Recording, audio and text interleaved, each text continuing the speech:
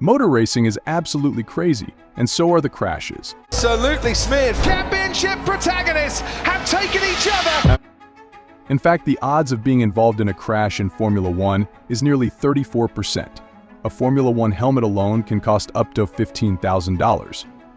And the F1 drivers use 6 or 7-point harnesses to strap themselves into the cockpit of their cars, a similar setup to that found in fighter jets.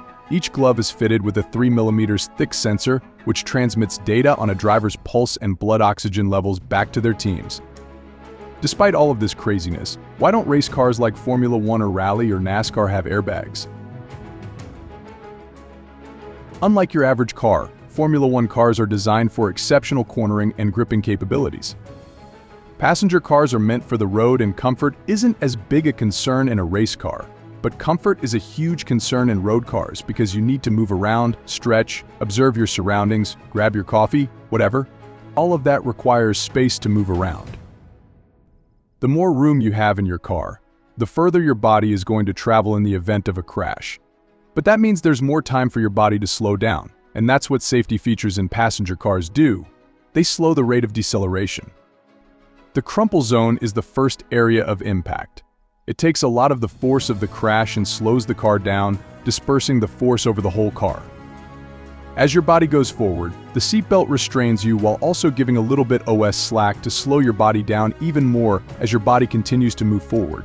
The airbag expands to meet your face and chest and absorb that impact. A race car has most of these features but heavy-duty versions of them to deal with the extra force of going 200 miles an hour. Race cars have crumple zones, much like road cars, that help disperse some of that energy. But that's where the two diverge. The biggest difference the two is the amount of space between the driver's seat and the steering wheel. Race cars are built for speed, with driver comfort being less important. Racing harnesses are designed to restrain a driver much more than a normal seat belt, plus the Hans device. This is all to say that the driver is not moving much at all, so if an airbag went off, it wouldn't do its intended duty and slow the driver down. It might not even reach the driver. An airbag would probably make driving an F1 car more dangerous. Rally drivers often hit curbs and get in small accidents, but keep driving if their car is totally fine.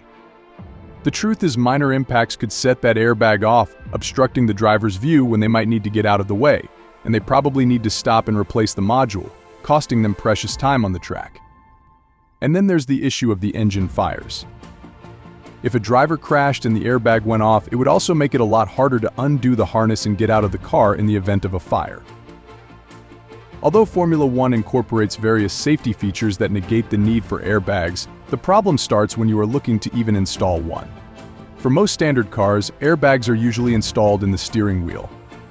Formula One has an exceptional steering wheel as it has several clusters of knobs, switches and check lights. Hence, there is no space to install an airbag.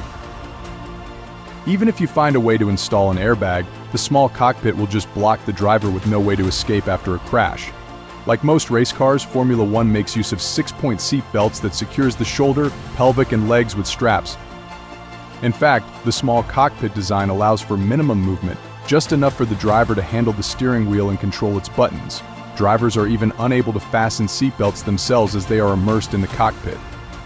However, the seat belts can be released with a simple twist of hand by the driver in case of an accident. And that's one of the most important factors as to why race cars don't have airbags.